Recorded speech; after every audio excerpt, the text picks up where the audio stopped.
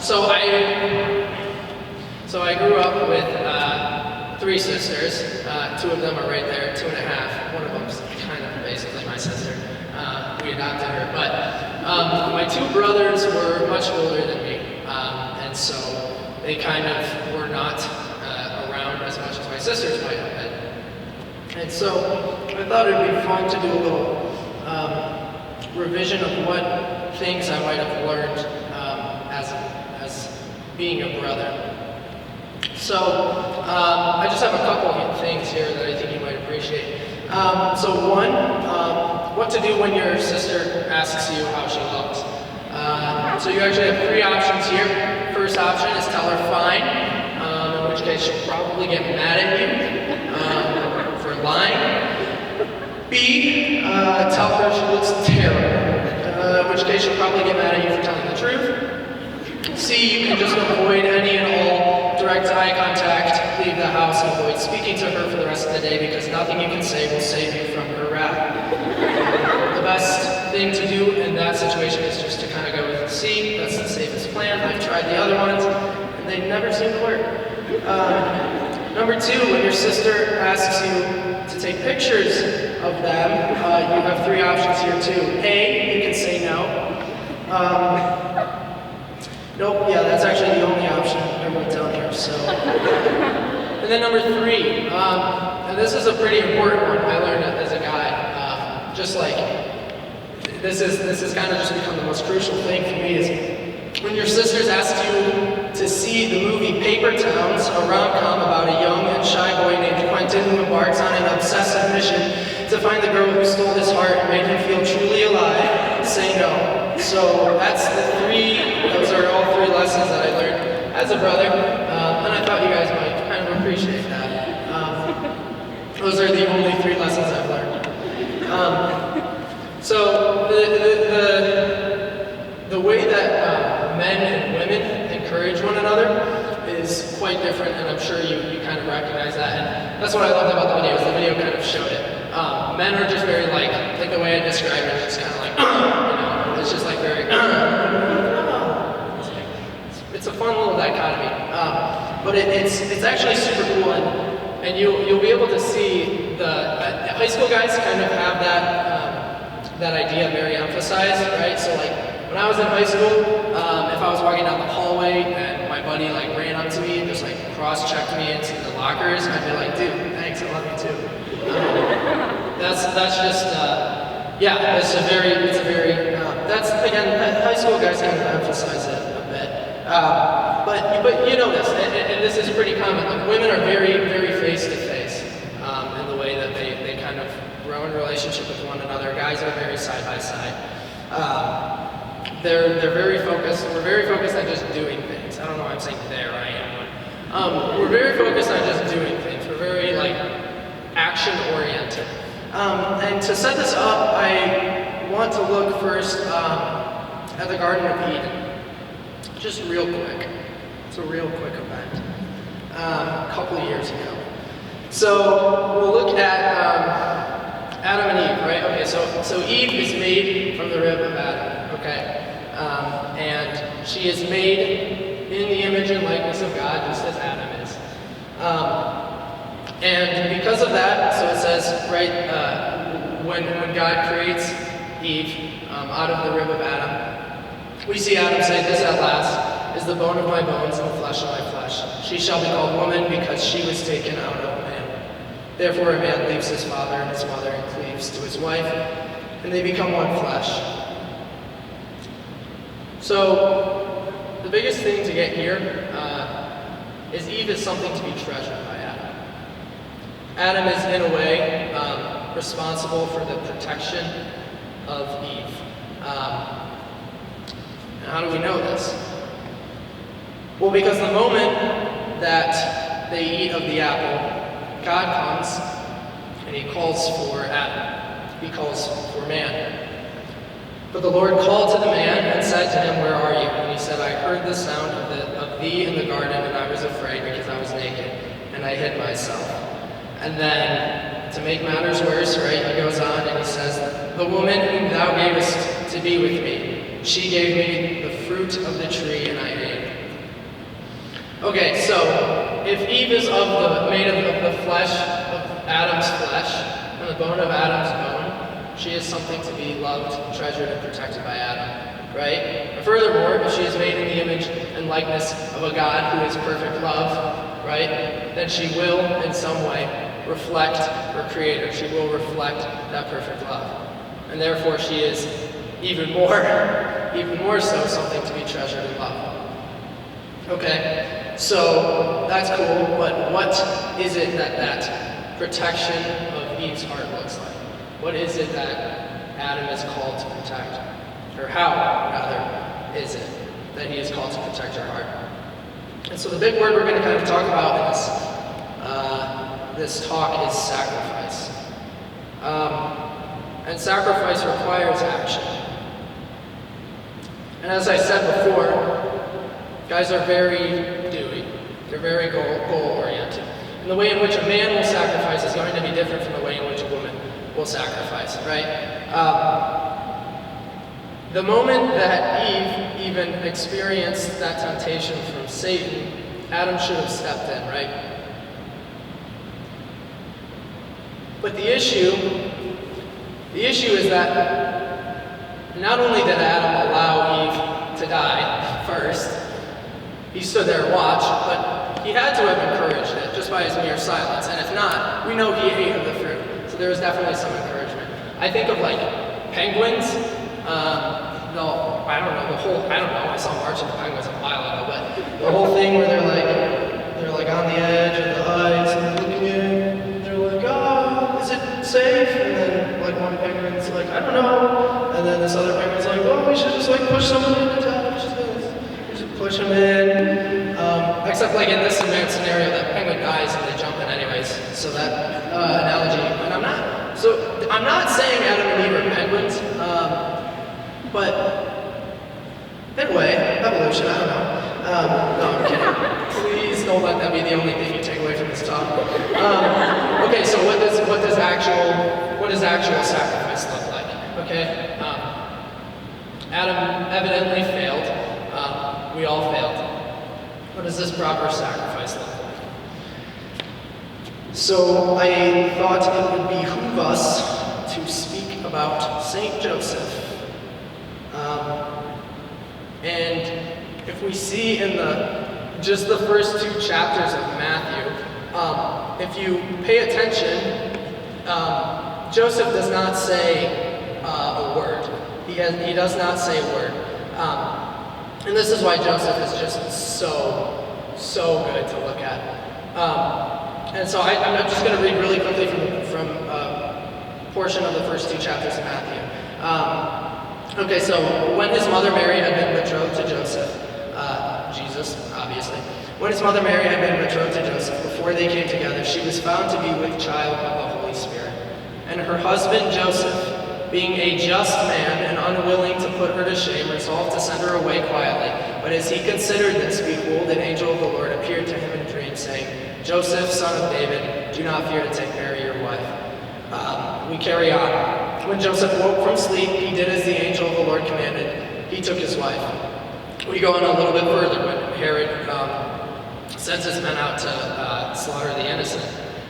We see now when the Magi had departed, behold, an angel of the Lord appeared to Joseph in a dream and said, Rise, take the child and his mother and flee to Egypt. And he rose and took the child and his mother by night and departed to Egypt.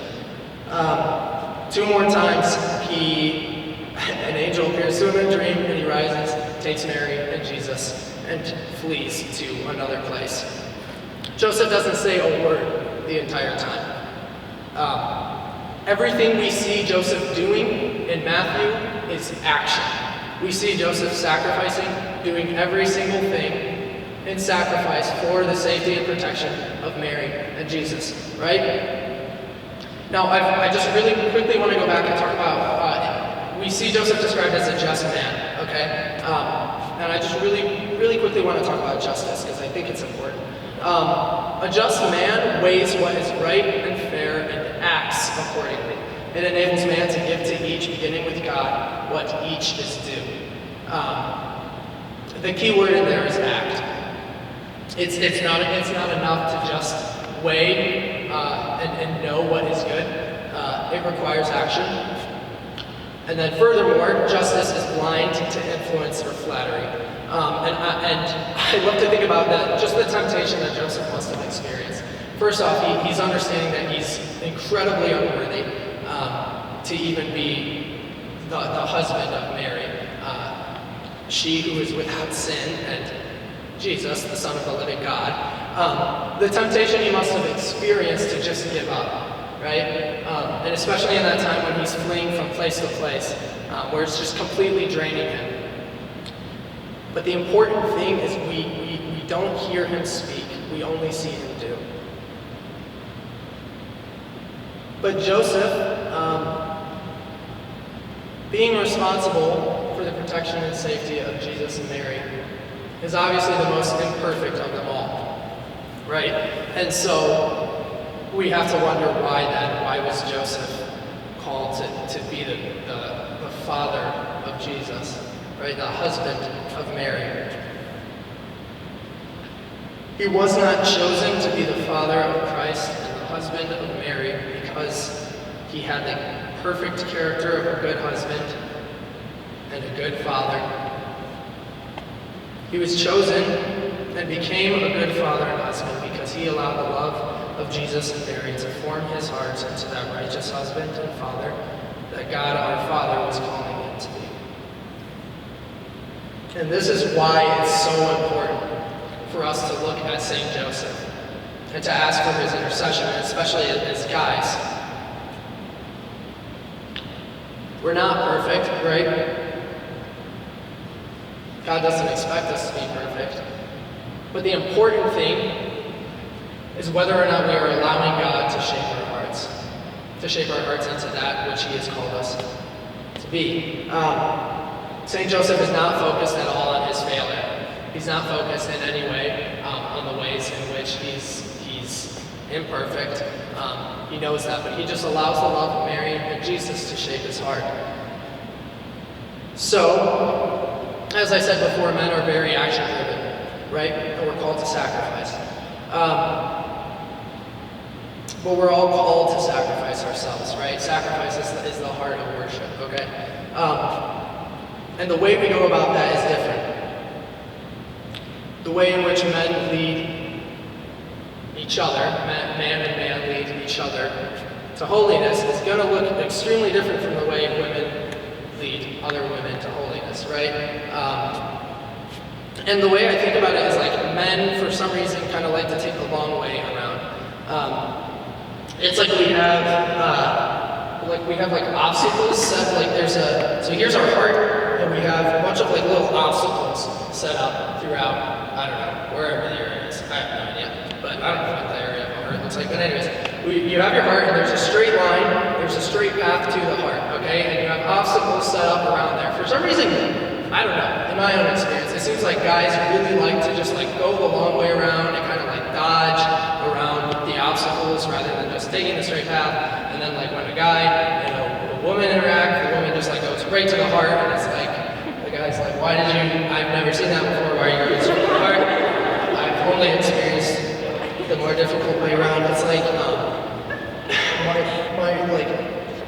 my mom, and like if we were to go to a restaurant and there was like a line of people, she's one of those people where it's just like it's clearly there's a lot of people waiting, but she just sees like an open table, she's like, oh, let's go to this table, and you're like, no, please, stop, there's people just like, okay, and then you don't know what to do, so you're like walking by the people in line, and you're like, sorry, she doesn't know, and she sits down, and the server's like, what are you doing? But the server's too scared to say anything, and she doesn't understand why your mom's so bold to just sit down at the table.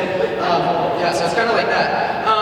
But the way that men are connected is going to be very different from men and women, right? And so too is it going to be different in the way that men are called to serve women, to love women.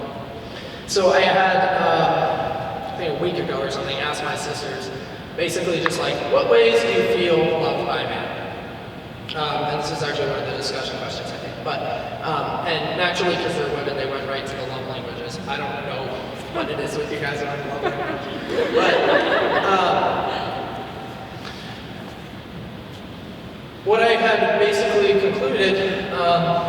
from their answers was the way in which they feel loved. Stems from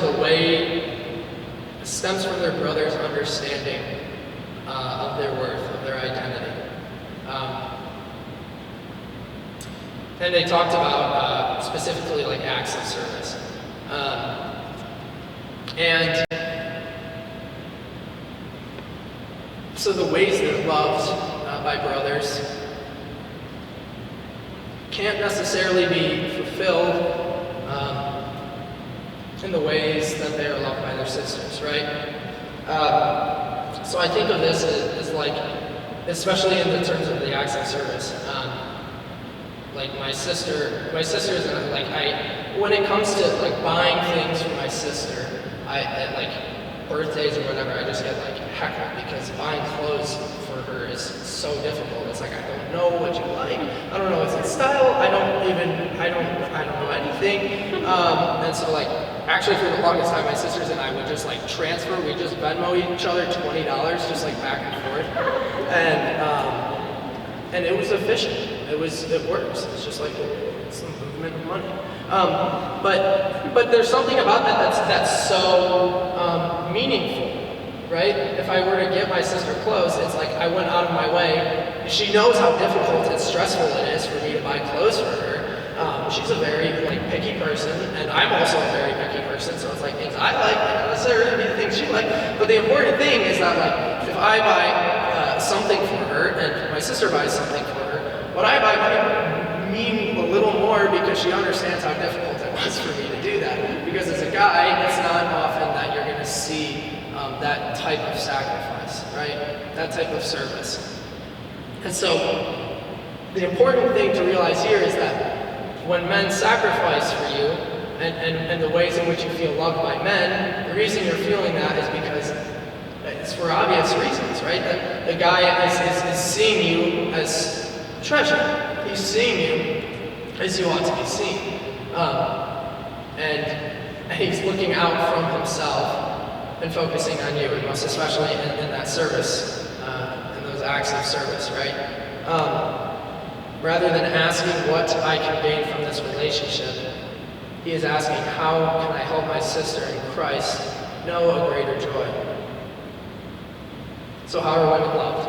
Well, they are seen by men. And sight is a big thing. Sight is a huge thing, obviously. When you look back at the story of Adam and Eve, you see that the moment they sin, it says that they see their nakedness. So if Adam and Eve are like the only two people in the garden, and they know that God is there as well, then they're going to, the things they're seeing, the nakedness they're seeing, is they're seeing the shame in one another. They're seeing the shame in themselves, they're seeing the shame in one another. And they want to hide, right? They're naturally going to want to hide because they're ashamed about it. Adam specifically, he fails to see, as I said before, he fails to see that Eve truly is made in the image and likeness of God, that she is a reflection or a mirror in some way of that perfect love. And wow, Jesus sees us very intentionally in the Gospels, especially. If you look at the story of Jesus kind of calling his apostles, you'll see like in every single instance, Jesus sees his apostles before his apostles see him, right? So we look at Matthew being called. As Jesus passed on from there, he saw a man called Matthew sitting at the tax office, and he said to him, "Follow me," and he rose and followed him. If we look a little later at Mark 1:16, and passing along by the Sea of Galilee, he saw Simon and Andrew, the brother of Simon, casting a net in the sea, for they were fishermen. So the question then is, what is Jesus saying? What specifically is Jesus saying?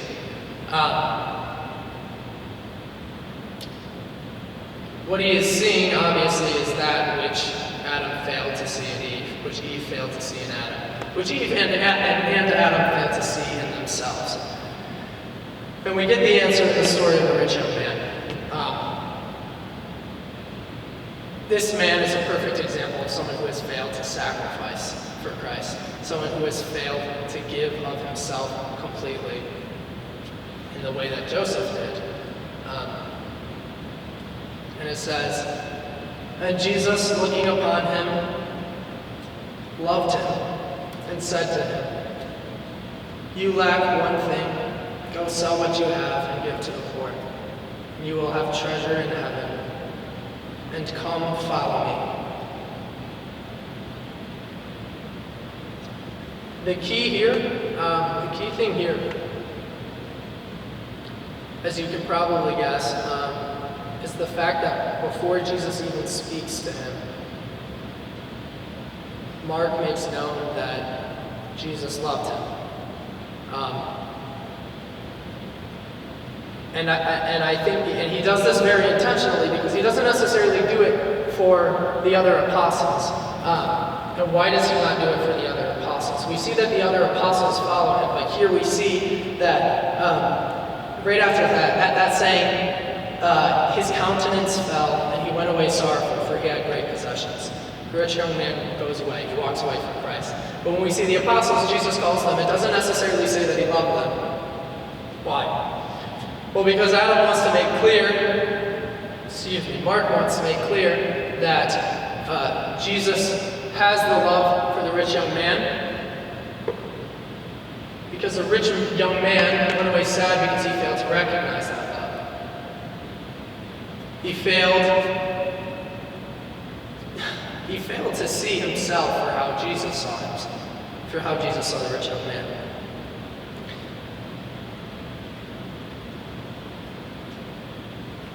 And the rich young man can't sacrifice his life for Christ if he does not first know Christ's love.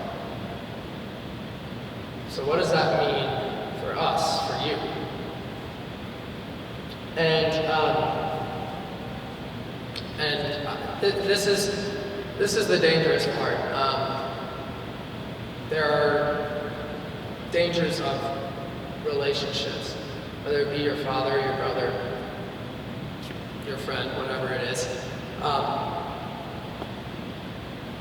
Saying I want to have a better relationship with God because I want to have a better relationship with you sounds nice, but that is wrong and extremely dangerous. If you are in a relationship with a guy, or you know a guy that is desiring a better relationship with God because he desires a better relationship with you, what is happening is that he is idolizing you. And that's dangerous and unsustainable. Our relationships should draw us closer to Christ and allow Christ to work in our own relationships, so that through that relationship, God might be glorified. Right? So if a guy is giving you words of affirmation or acts of service, but does not recognize that you were bought with a price, then all of that is for nothing. If he fails to recognize that you are treasured, then everything he is doing for you holds no weight. The focus is on you and not necessarily God. And a lot of the times it can stem from a place of pride. It can stem from a place of what can I gain from this relationship, or what can I get from this relationship.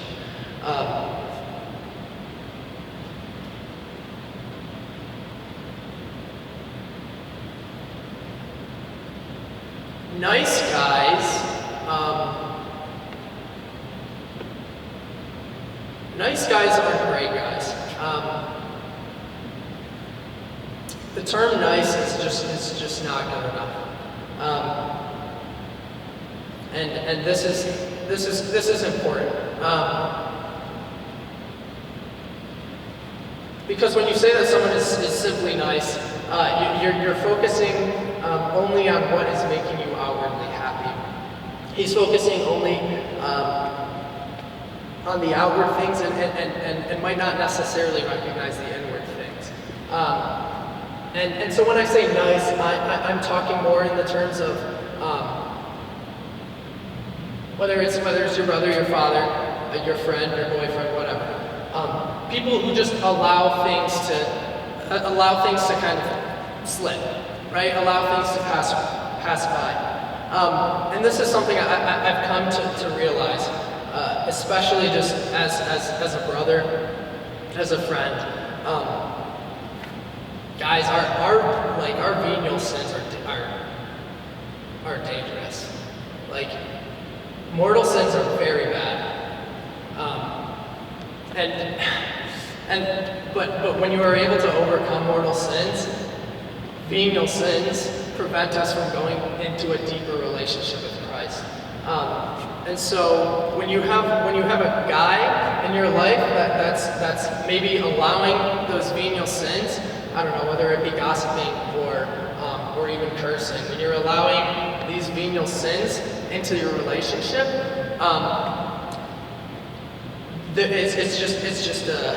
it's a hindrance, it's a block. And we know this because Teresa of Avila actually says, as for venial sins, I paid little attention, and that is what killed me. And a lot of the times, when men are just nice, it's not just venial sins that they're letting slip by. Because there's nice and allowing things to pass by, passive are often synonymous.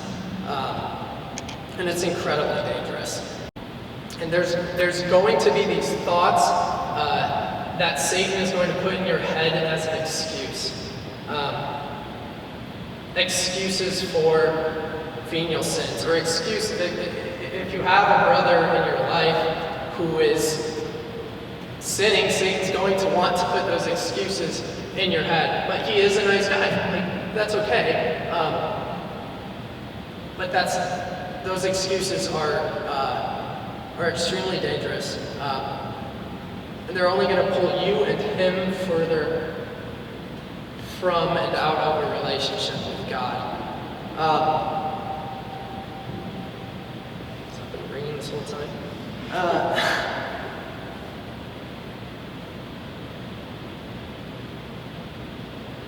Justifying guys saying inappropriate things to you, or guys leading you to impurity.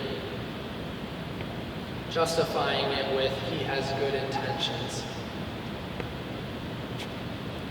is not justification. It's not just. It's just not. And allowing guys to trick you into that thought is unfair.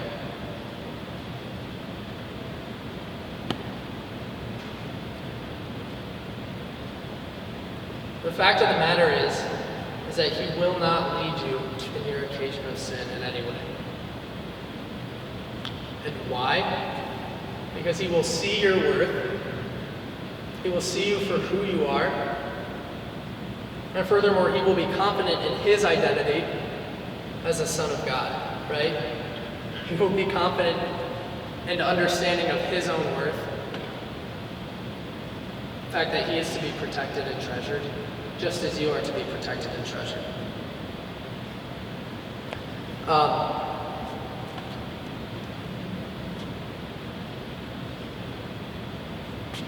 Let's look at the woman 12. Because it is, I mean, this is just going to sum everything up perfectly. Is this ringing a lot? Okay, cool. Okay, so there's really just a lot there in this story, and so we're just going to kind of take some time with it, because I think the Lord really wants to speak a lot through this. The first thing to point out, okay, so this is John 4. Jacob's well was there, and so as Jesus, wearied as he was with his journey, sat down beside the well. It was about the 6th hour. So the cool thing that I realized in this, I was like, I wonder why specifically John references the 6th hour. It just so happens that in John 19, verse 14, it says, this is the beginning of Christ's Passion. Now it was the day of the preparation of the Passover, and it was about the 6th hour. He, that's Pilate, said to the Jews, "Here is your king." They cried out, away with him, crucify him."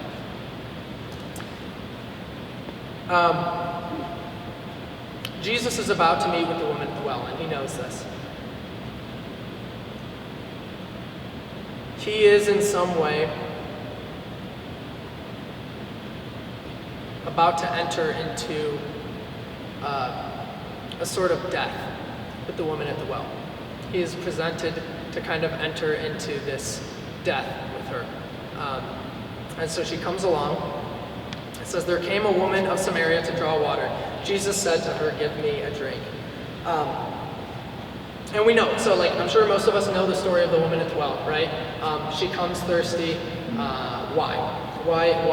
So she obviously comes in the middle of the day because she wants to avoid shame. I don't know if that's obvious, but that's why she comes in the middle of the day, because she wants to avoid shame, and that is the hottest part of the day. So normally people don't go out in the middle of the day to get water because that's absolutely horrible. So she comes to the water looking to quench her thirst, and she comes every single day.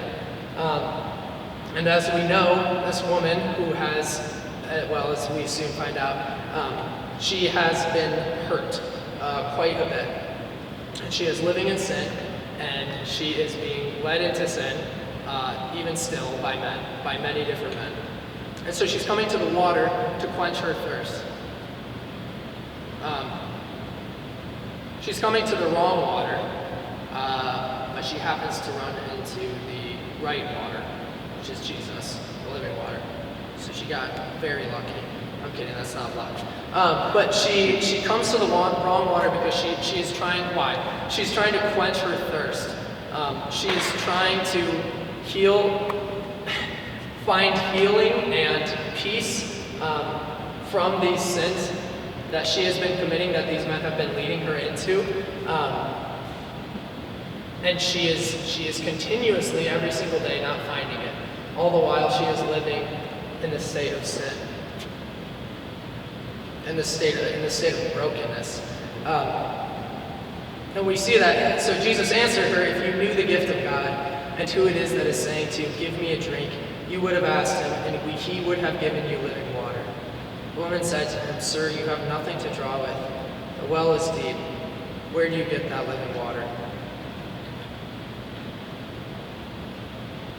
She struggles to understand how Christ can quench her thirst. She struggles to understand how a man can quench her thirst. How a man can show her happiness and full satisfaction. She struggles to understand because so many times before, she has been hurt by men who she thought would show her perfect happiness.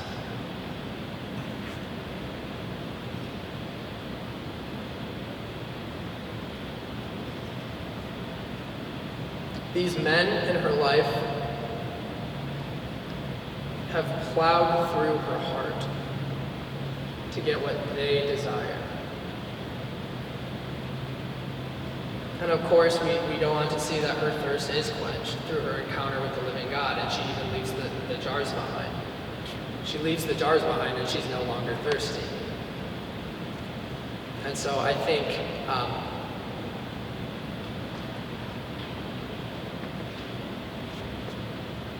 the tough part about this, and I really wish I could stand here right now and tell you that I have not, at some point in my life, identified with one of these 5 or 6 men that have plowed through her heart. I wish I could tell you that, but I can't.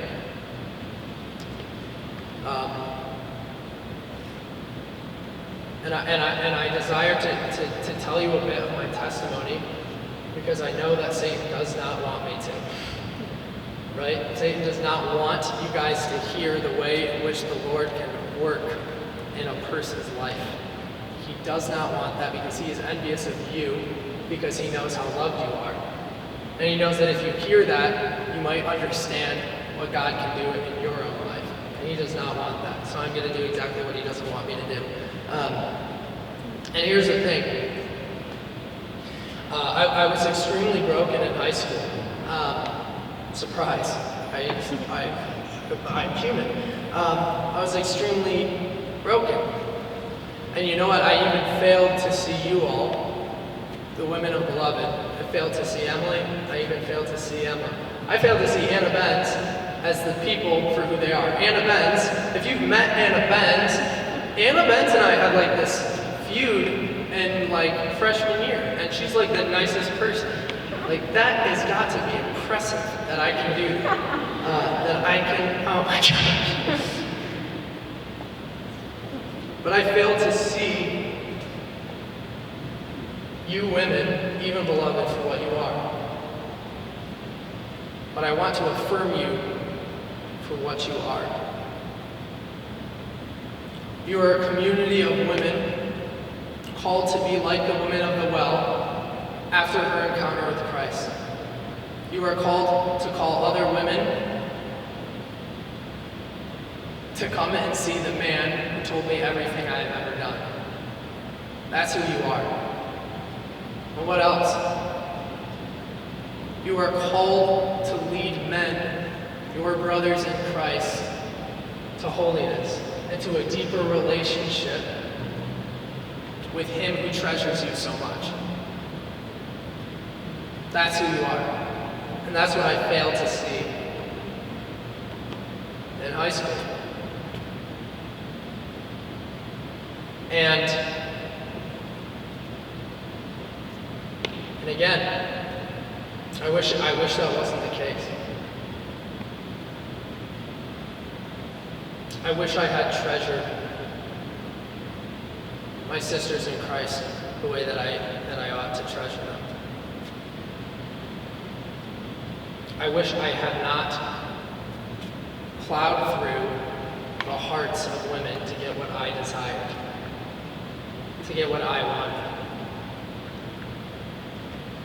I wish I hadn't. I wish I wasn't broken. But the beautiful thing is, we have a Savior who became sin, who took on flesh, so that we didn't have to remain broken. And the danger comes when you spend too much time, and this is the key here, guys. When you spend too much time, when a guy spends too much time reflecting on his broken parts, that's exactly what Satan wants. And for a guy, guys are just very, there's just a sense of pride, and not necessarily in the bad way. There's a sense of like, I really do desire to just be a part of, and especially with guys, a part of a close community of guys loved and accepted. And I'm sure you're very familiar with the concept of a desire to be loved and accepted. But guys, especially Satan desires to keep in our filth. Keep us in this place of sin. But what separates the heart of a man of darkness and the heart of a man of God is what separates Joseph and Adam. Right? Joseph recognizes his unworthiness. And initially he's like, I don't know, like there's a lot, kid's perfect and wife's perfect and I'm not. But he allows the love of his son, Jesus, his adopted son. He allows the love of Jesus to shape his heart to be the man of God that Christ has called him to. Right? And so yes, I'm broken, and yes, I have failed. And I'm telling you this because every single guy you encounter is broken and has failed. But not every single guy lives in that identity of brokenness. Not every single guy, it's statistically speaking, this can't be the case, right? But more so because I've seen it. Not every guy is going to live in that place of shame, because that's where the devil wants him to live. Because the fact of the matter is, there's salvation for this woman of Samaria, but there's also salvation for the 5 men she's been with. Right? There's salvation for them too. And thank God there is.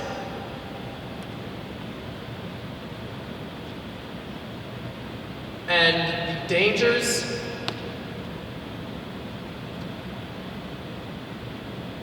the danger comes in complacency. And so just really quickly, I grew up Catholic my whole life, right? I grew up Christian, and I went to Mass. I received the sacraments. I went to Catholic school, Catholic middle, elementary, high school, all that stuff.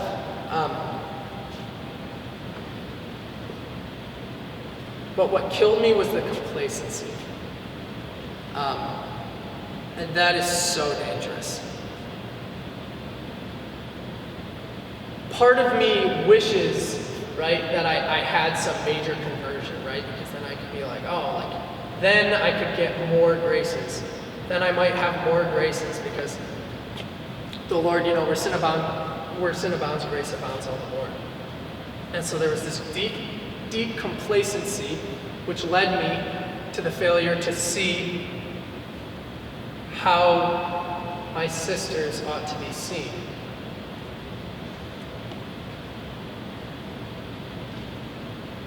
I believe it was Therese of Lisieux said, without him, God, I could have fallen as low as St. Mary Magdalene, but I also know that Jesus has forgiven me more than St. Mary Magdalene, since he forgave me in advance by preventing me from falling. Which is insane, and I never really thought about that. But if you are kind of in a position where you're like, I've grown up like Christian my whole life, but I feel like nothing's really happening in my life, and I can't, I just can't seem to get into a deeper and more intimate relationship with Christ. Understand that's all completely a lie. Like that's a lie. That the idea that you can't go into a deeper relationship with Christ is a complete lie. And just because you haven't had some major conversion doesn't mean that the Lord doesn't still desire to offer great graces to you. And he does, and he has, and he will. Right? So why am I saying this? I'm saying this all because I desire to give you hope, because the Lord desires to give you hope. Because I know that I have been bought with a price. And if you've been bought with the blood of Christ, which is far more than money, right? As a great poet and philosopher once said, it's not about the money, money, money. There you have, yeah, Jesse, okay. You have been bought with a price. And once you realize that, guys, wow, you are worth a lot. It's a pretty high price to pay, and it's unpayable. And once you recognize that, and you'll recognize it in other people, you'll recognize it in your sisters, you'll recognize it in your brothers. So once again, man of God does not live in his identity as the son of the darkness.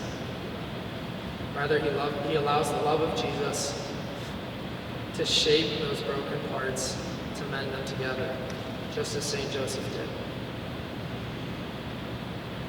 And I'm going to close up here soon.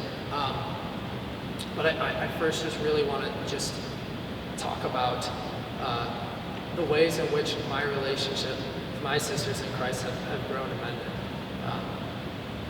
Because like a year ago,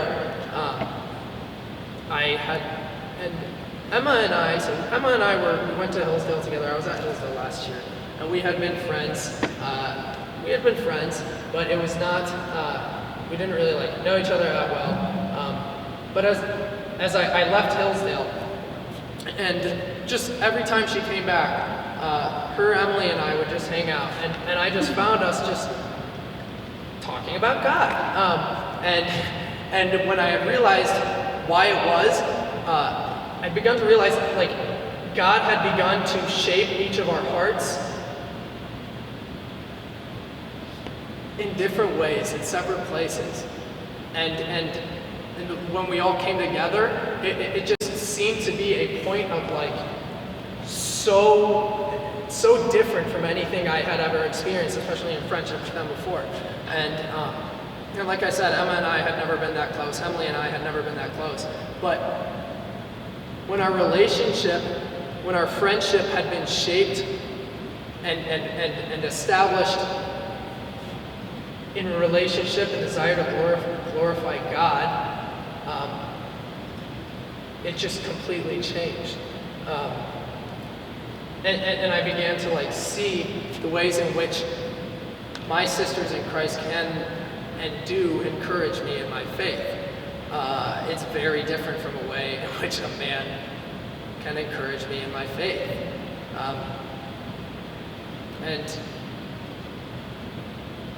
And having those healthy relationships, especially in high school, it is crucial. Don't like flee from guys. I'm not like, yeah, guys are like broken, but don't run away from them, right? They're not all that bad.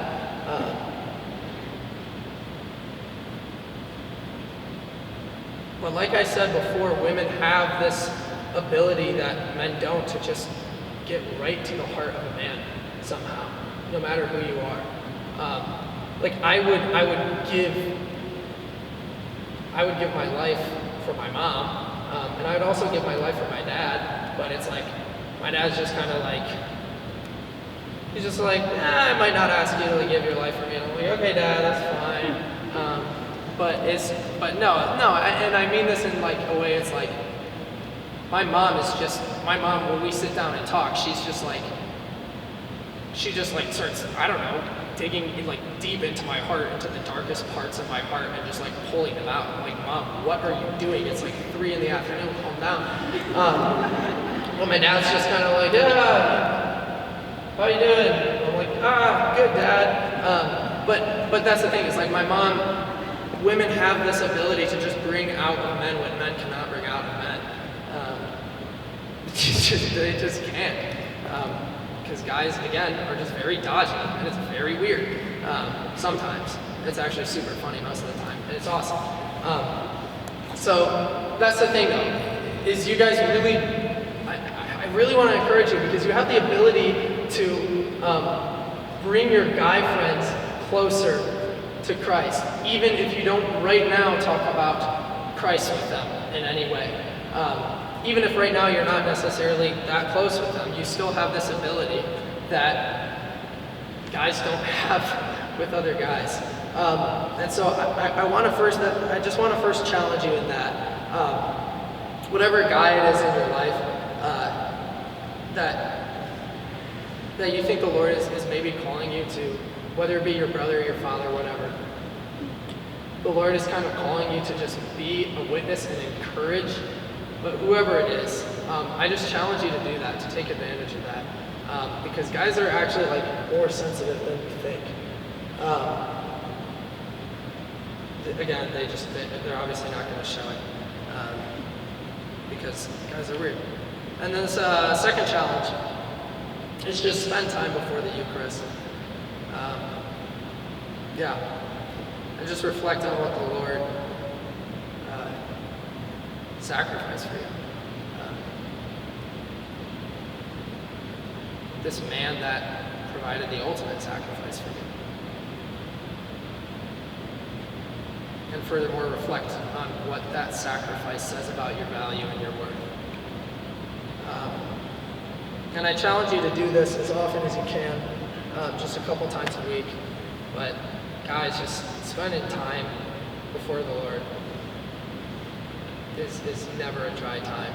It's so life-giving and so fulfilling.